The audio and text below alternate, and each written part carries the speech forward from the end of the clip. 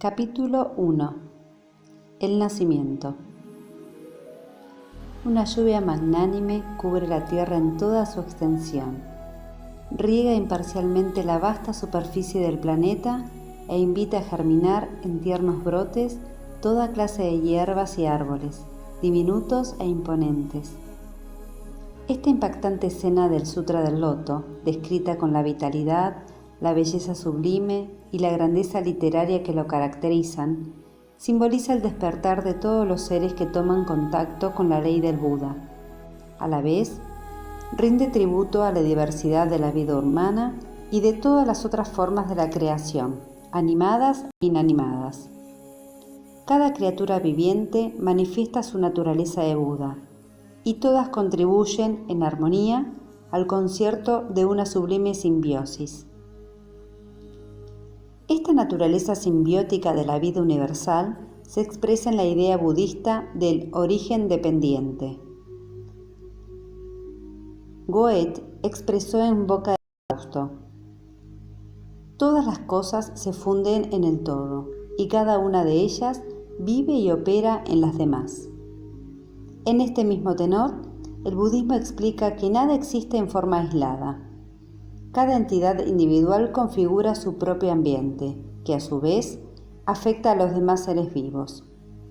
Todas las manifestaciones de la existencia se relacionan entre sí, creando una trama solidaria y formando un cosmos viviente, o un todo semántico, como lo denominaría la filosofía moderna. El budismo mahayana contempla la vida y el universo natural dentro de este marco teórico. Consideremos el concepto de la causalidad. Las relaciones causales, vistas en el marco del origen dependiente, difieren muchísimo de la ley mecanicista de causa y efecto que la ciencia moderna aplica al estudio del mundo natural. El modelo científico a menudo aparece divorciado de las inquietudes subjetivas. Cuando se produce un accidente o desastre natural, la causalidad mecanicista puede identificar cómo sucedió, pero calla a la hora de explicar por qué ciertas personas y no otras se vieron afectadas por la tragedia. A decir verdad, la noción mecanicista exige dejar a un lado deliberadamente las preguntas existenciales. En cambio, el enfoque budista de la causalidad, de alcance más amplio, considera la cuestión de la existencia humana y aborda en forma directa las incertidumbres que acucian al hombre. En las enseñanzas tempranas de Shakyamuni hallamos este diálogo. ¿Cuál es la causa de la vejez y de la muerte? La causa de la vejez y de la muerte es el nacimiento. Este énfasis en la interdependencia parecería sugerir una negación o relegación de la identidad individual. Pero las escrituras budistas se ocupan también de esto, como vemos en un pasaje que dice: tú eres tu propio maestro. ¿Acaso podría serlo alguien más? Cuando hayas logrado el control de tu propia vida, habrás hallado un maestro de extraordinario valor. Según otro fragmento, la última indicación testamentaria de Shakyamuni a sus discípulos fue: sed lámparas proyectadas sobre vosotros mismos. Sed vuestro propio refugio. Confiad en vosotros mismos. Aferraos a la ley como farol y no dependáis de ninguna otra cosa. Ambos pasajes nos exhortan a vivir en forma independiente, siendo fieles a nosotros mismos. No obstante, el ser al cual aluden estos fragmentos no es el yo limitado o inferior, sujeto a las restricciones del egoísmo, sino el yo superior, en armonía con la vida universal, donde las relaciones de causa y efecto se entrelazan infinitamente a través del tiempo y del espacio. El yo superior, o verdadera identidad que postula el budismo, semejante al yo unificador e integrador que Carl Jung identificó en lo profundo del ser humano, expresa una dimensión amplia y abierta de la personalidad, que nos permite empatizar con los sufrimientos ajenos y vivirlos como si fueran propios. El yo superior siempre busca aliviar el dolor y aumentar la felicidad de los semejantes, sin apartarse de la realidad cotidiana. Por otro lado, cuando el ser humano toma conciencia vital y dinámica de su verdadera identidad, puede experimentar la vida y la muerte con el mismo e intenso deleite. El significado de la Torre de los Tesoros. Nichiren escribió: adornamos la Torre de los Tesoros de nuestro ser con los 4 aspectos del nacimiento, la vejez, la enfermedad y la muerte. La torre, aquí mencionada, aparece por primera vez en el capítulo 11 del Sutra del Loto, que se titula con justeza, La aparición de la Torre de los Tesoros. Este capítulo, en su totalidad, puede ser interpretado como una metáfora del nacimiento y de la vida humana. El texto describe una torre colosal que irrumpe del seno de la tierra y queda suspendida en el aire. Se erige en el centro del universo y sus dimensiones monumentales nos indican que la vida de cada persona es tan vasta como el universo. La construcción está ornamentada con 7 clases de materiales preciosos: oro, plata, lapislázuli, nácar, ágata, perla y carmelina, lo cual revela que la vida de cada individuo es valiosa como un cúmulo de joyas. En el interior de la torre está sentado el Buda Muchos Tesoros, oriundo del mundo de la pureza de los tesoros. Aunque cabe interpretar el significado de la torre de maneras muy diversas, Nichiren explicó que se refiere al cuerpo de cada individuo. Puesto a comparar la aparición de la Torre de los Tesoros con el parto y el nacimiento del ser humano, escribe: el mundo de la pureza de los tesoros es el útero materno, y al proceso del alumbramiento se lo llama irrupción y aparición. El mundo de la pureza de los tesoros no alude a una tierra especial ni a un reino de naturaleza ideal, ya que ningún tesoro es más valioso que la vida. Ese mundo de la pureza de los tesoros, sagrado y sublime, no es otra cosa que el útero de la mujer, donde la vida cobra forma y asoma a la existencia. La Torre de los Tesoros ilustra que nuestra vida y el universo son 2 términos inseparables. Y sin embargo, esta verdad tan profunda suele ser invisible a nuestros ojos. Es que, para comprenderla, debemos vernos primero como Torre de los Tesoros, es decir, tomar conciencia de nuestra propia naturaleza de Buda. ¿Qué origina la vida? Pero, aún con la Torre de los Tesoros y su poética metáfora, hay una pregunta que nos sigue inquietando. ¿De dónde proviene la vida y qué la origina? Desde los tiempos remotos, el origen de la vida ha fascinado al ser humano, instándolo a preguntarse por qué ha nacido en esta tierra y qué lo ha llevado a existir como tal. El hombre, en pos de estos interrogantes, amplió las fronteras de su espíritu, sondeó los límites de su pensamiento e incluso emprendió interminables estudios y ensayos de laboratorio. Y todo este esfuerzo, lejos de dar respuestas concluyentes, arrojó por saldo un sinfín de hipótesis filosóficas y religiosas. El budismo considera el universo como una sola y gigantesca entidad viviente. El universo está imbuido de vida, por lo tanto, ésta se manifestará cada vez que se den las condiciones apropiadas. Desde luego, en el sentido más convencional, nacemos a partir de la unión física de un padre y una madre. El embrión se forma cuando el espermatozoide masculino penetra en el óvulo de la mujer. Y a medida que este embrión se desarrolla, se van diferenciando las distintas funciones del cuerpo y de la mente. Sin embargo, hay algo en el desarrollo de una nueva vida que la unión del espermatozoides y el óvulo no acaba de explicar. El desarrollo del embrión, a partir de la información genética que ha recibido y del medio uterino que lo contiene, no puede ser reducido íntegramente a una serie de reacciones químicas. Hay algo mucho más profundo que opera en las manifestaciones de la vida.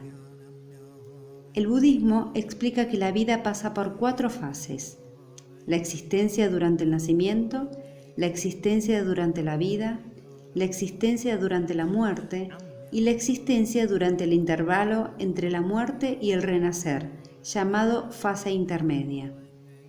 De acuerdo con esta concepción, la vida repite las 4 fases de este ciclo en forma perpetua. El nacimiento, al igual que la muerte, es un proceso. Algunos sutras describen la concepción como la manifestación de una entidad que estaba en fase de existencia intermedia o como la introducción de la conciencia. La concepción es el instante en que esa existencia intermedia se introduce en su nueva forma humana. La vida, en todas sus formas y a cada momento, lleva consigo la pulsión de crear. Tiene una inclinación intrínsecamente activa y posee el poder positivo de la autogeneración. De hecho, la vida es un grandioso y eterno latido que a cada instante busca expresarse de manera manifiesta en todo el universo, cada vez que encuentra las condiciones propicias.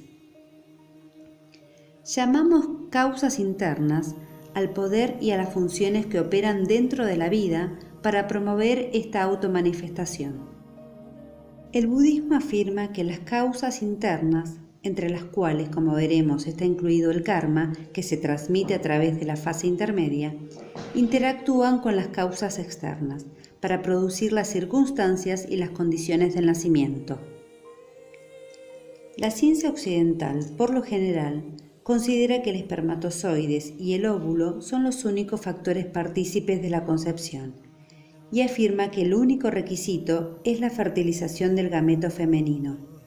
En cambio, el budismo plantea que no solo son necesarios espermatozoides y óvulos para que se manifieste y se desarrolle un ser humano, sino también una vida, en estado de existencia intermedia y con un karma afín a las condiciones de la concepción, herencia, familia y sociedad en las cuales nacerá. La concepción, entonces, deriva de la unión de estos 3 factores. Para dar un ejemplo, una pareja tiene relaciones sexuales y la fertilización está a punto de producirse. Debido a la recombinación del ADN de ambos padres, ese hijo potencial heredará los genes de un defecto de nacimiento. Sin embargo, la concepción no puede efectuarse sin que haya disponible una entidad de vida en fase de existencia intermedia que, por sus propias causas kármicas, deba experimentar el efecto de nacer en ese defecto genético y padecer sus consecuencias. Debe producirse una conjunción entre la vida y el karma del padre, la madre y el hijo. Destino, herencia y medio ambiente. ¿Por qué los hijos se parecen a sus padres y sin embargo su personalidad y aspectos físicos no son iguales a los de otros miembros de su familia? Gregor Mendel respondió parcialmente esta pregunta cuando, en la década de 1860, propuso las leyes básicas de la herencia que hasta ese momento eran desconocidas.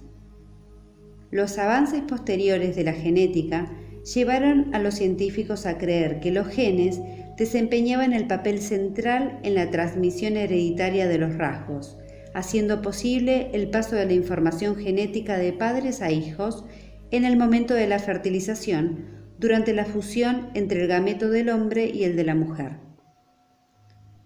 ¿Nuestra personalidad es resultado de la herencia o del ambiente?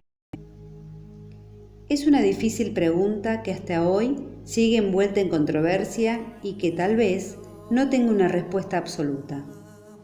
Actualmente, muchos creen que los genes determinan en gran medida nuestra naturaleza. Pero la personalidad es algo tan complejo que no puede adscribirse solo a la herencia. 2 grandes teorías buscan explicar la génesis de la personalidad. La teoría de lo innato, que recalca los factores hereditarios, y la teoría de lo adquirido, que subraya la importancia del factor ambiental. Lo más factible es que la personalidad humana se deba a la interacción entre la herencia natural y la influencia del ambiente. Por añadidura, los seres humanos, a diferencia de los animales cuya conducta es principalmente instintiva, tienen libertad de elección y de acción, otro factor decisivo en la construcción de la personalidad que no debe soslayarse. Sea como fuere, aunque todos nacemos en un mismo planeta y en condiciones muy similares, no hay dos sujetos que se desarrollen exactamente de la misma forma o en circunstancias idénticas. Algunos nacen en hogares ricos, otros en familias pobres. Algunos son inteligentes por naturaleza, otros son de intelecto mediocre. ¿Por qué tanta variedad de circunstancias y de destinos? El budismo brinda una respuesta clara y basada firmemente en la ley de causa y efecto.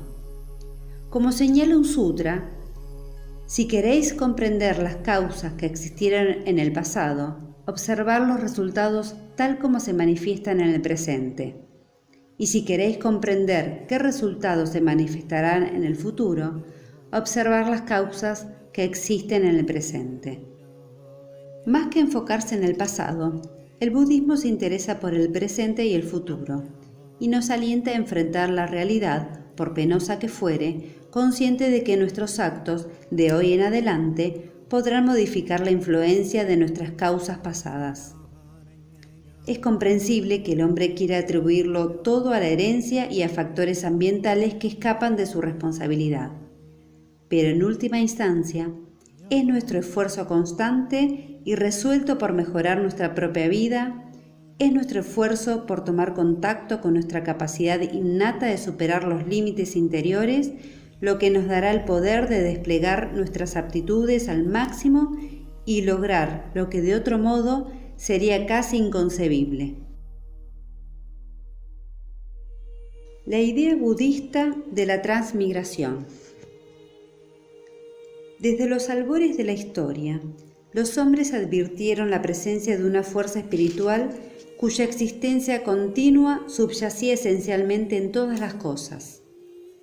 En la India, desde épocas muy antiguas, se aceptó ampliamente la idea de la transmigración, el tránsito o pasaje de la esencia individual de una existencia a otra. Los antiguos griegos también creían que, después de la muerte, algo del individuo perduraba, sujeto a experimentar un ciclo continuo de nacimiento y muerte. En el siglo VII a.C., el orfismo postuló la purificación del alma a través de un ciclo de reencarnación. Luego, aproximadamente en el siglo V a.C., los pitagóricos propusieron la idea de la metempsicosis o transmigración del alma. En cambio, el budismo enseña que lo que transmigra es el karma.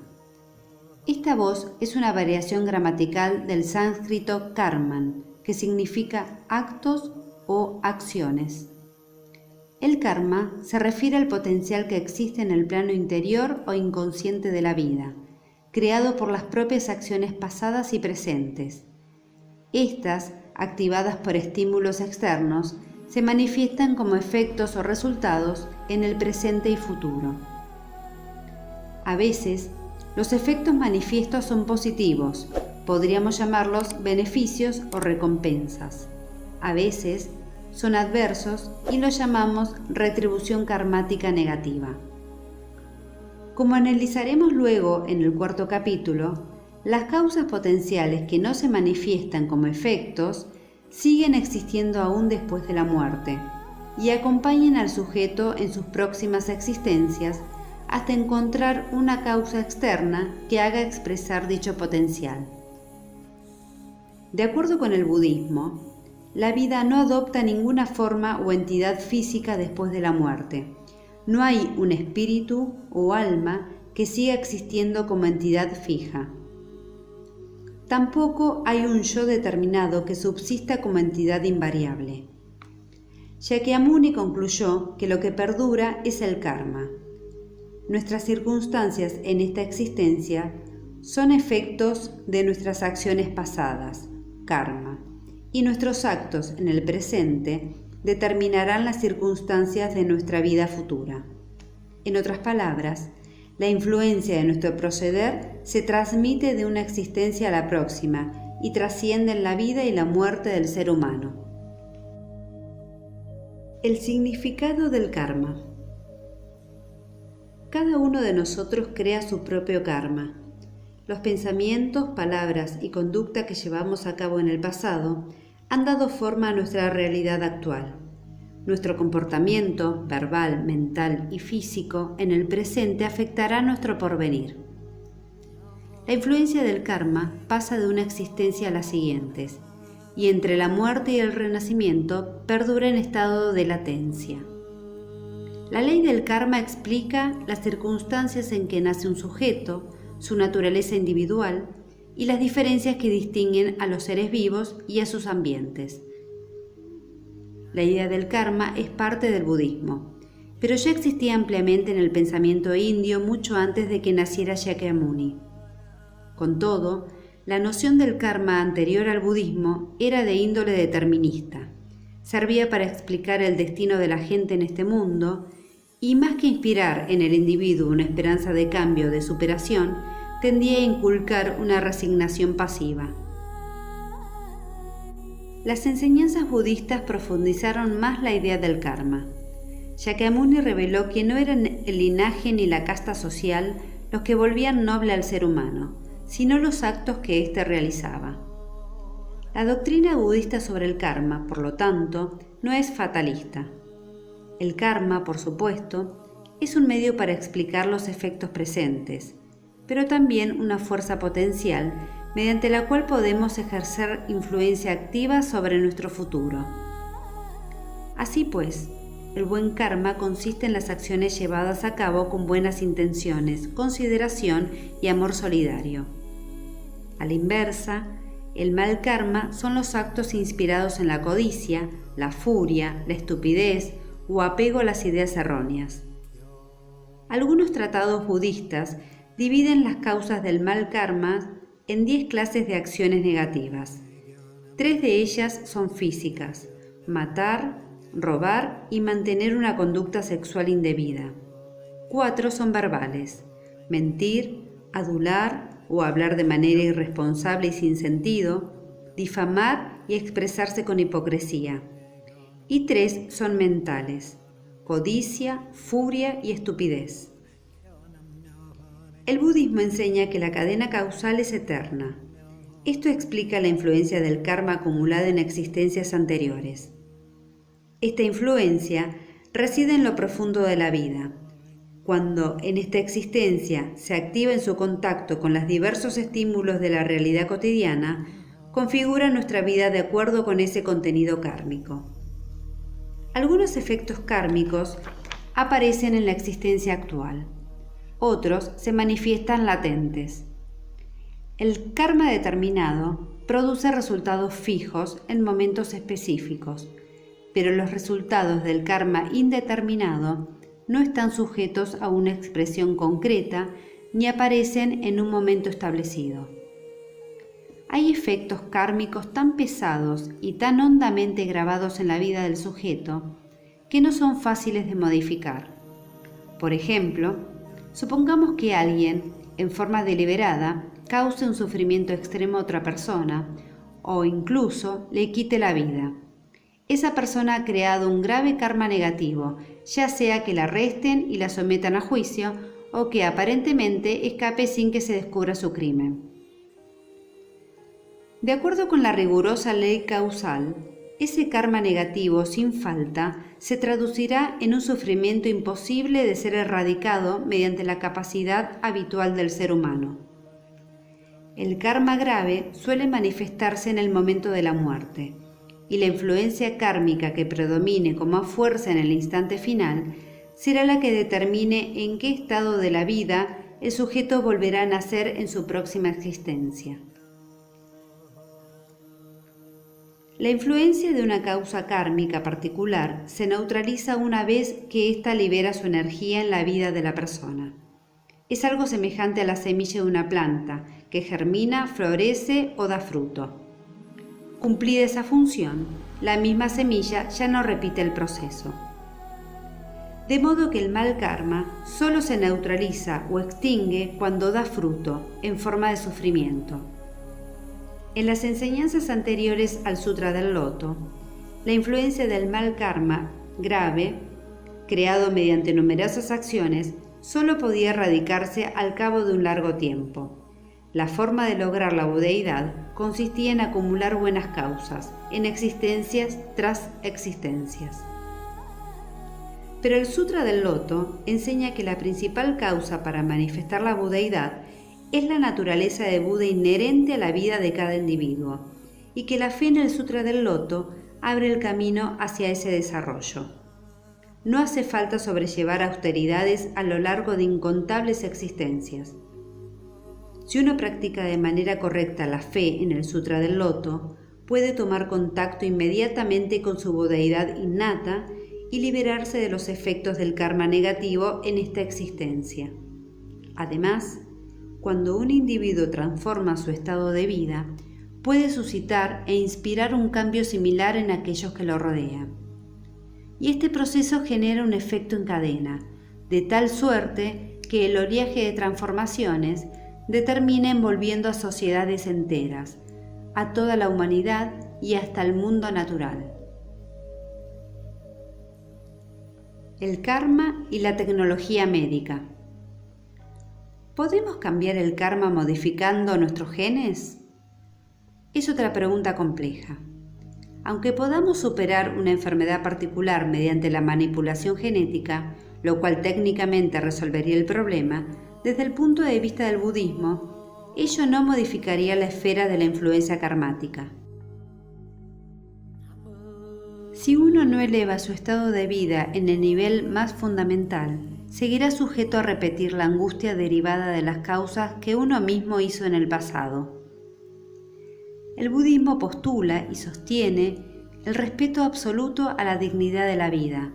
De acuerdo con este principio, el ser humano debe ejercitar una suprema cautela en la aplicación de tecnologías capaces de manipular la vida. Si la terapia genética está en condiciones de resolver ciertos problemas, puede considerársela una opción, pero no antes de examinarla seria y cuidadosamente. Hay que extremar todos los recaudos y precauciones posibles para impedir que ella degenere en una manipulación genética de la vida humana con fines no terapéuticos. Con respecto a los defectos genéticos, no es fácil distinguir lo normal de lo patológico.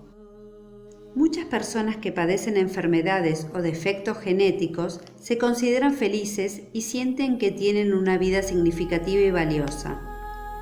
A la hora de definir la calidad de vida, no debemos trazar límites y decidir que todo lo que está fuera de esa línea es indigno de ser vivido.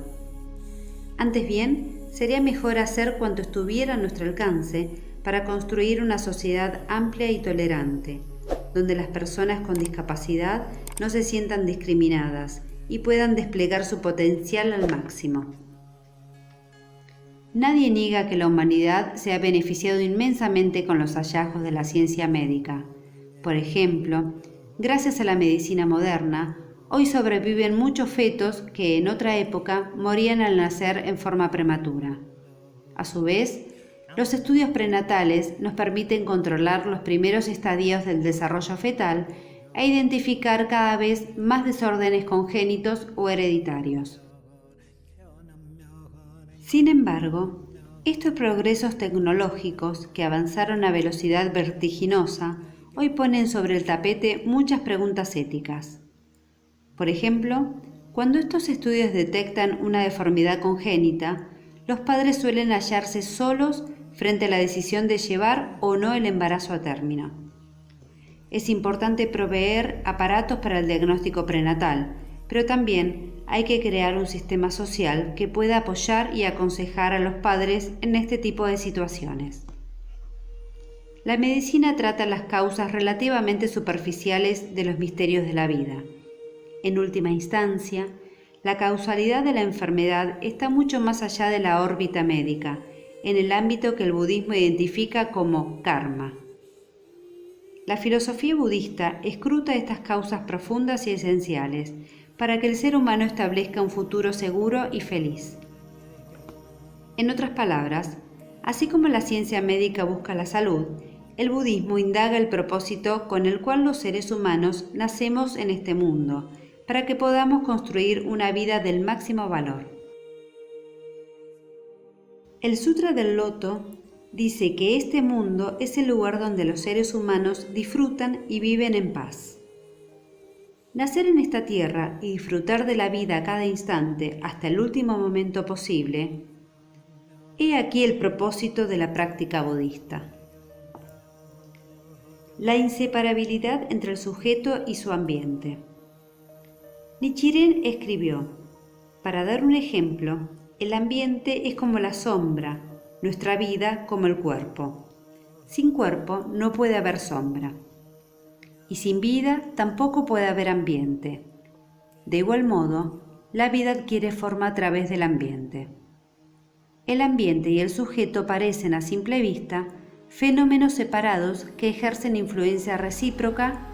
Con todo, en esencia, ambos corporifican la realidad suprema de la vida. Son dos, pero no dos. O, dicho de otro modo, son esencialmente una sola cosa.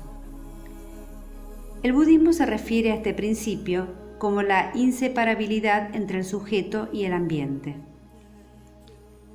Esta inseparabilidad nos permite comprender que el ser humano, más que vivir a merced de su ambiente impredecible y sometido al cambio incesante, puede ejercer influencia sobre el entorno de adentro hacia afuera. Cuando cultivamos y expandimos nuestra budeidad, nuestros actos van concordando cada vez más con nuestra sabiduría interior y con nuestro profundo amor compasivo hacia el resto de los seres. Y a medida que establecemos una felicidad indestructible como núcleo, esta resuena y reverbera en el mundo circundante.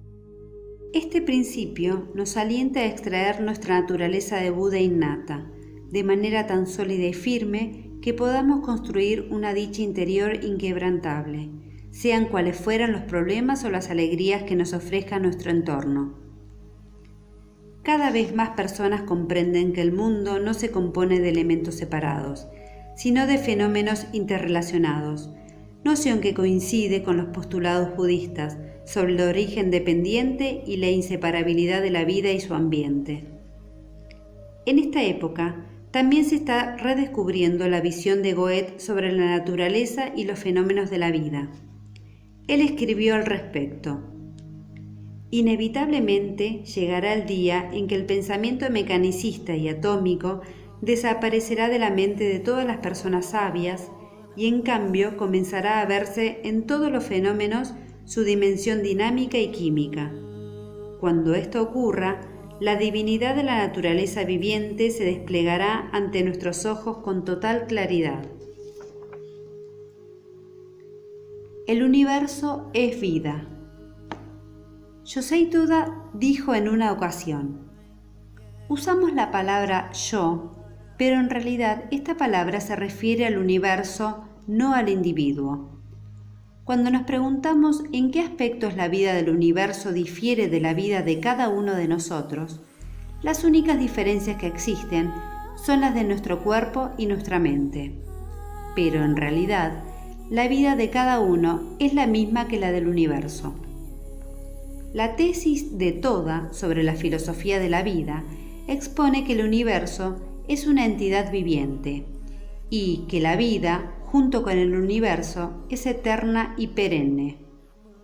Dijo Toda: así como nos dormimos y despertamos y a la noche volvemos a dormir, de la misma manera vivimos, morimos y volvemos a vivir, y nuestra vida perdura eternamente.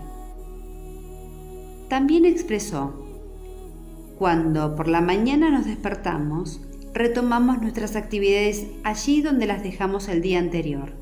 Del mismo modo, en cada nueva existencia, nuestra vida procede de acuerdo con las causas kármicas que hicimos en la existencia previa. Toda también explicaba que, si comparamos el universo con un océano, nuestra vida es como las olas que aparecen y desaparecen sobre la superficie oceánica. Pero las olas y el océano no son entidades distintas. En otras palabras, cada ola es parte de la actividad incesante del mar.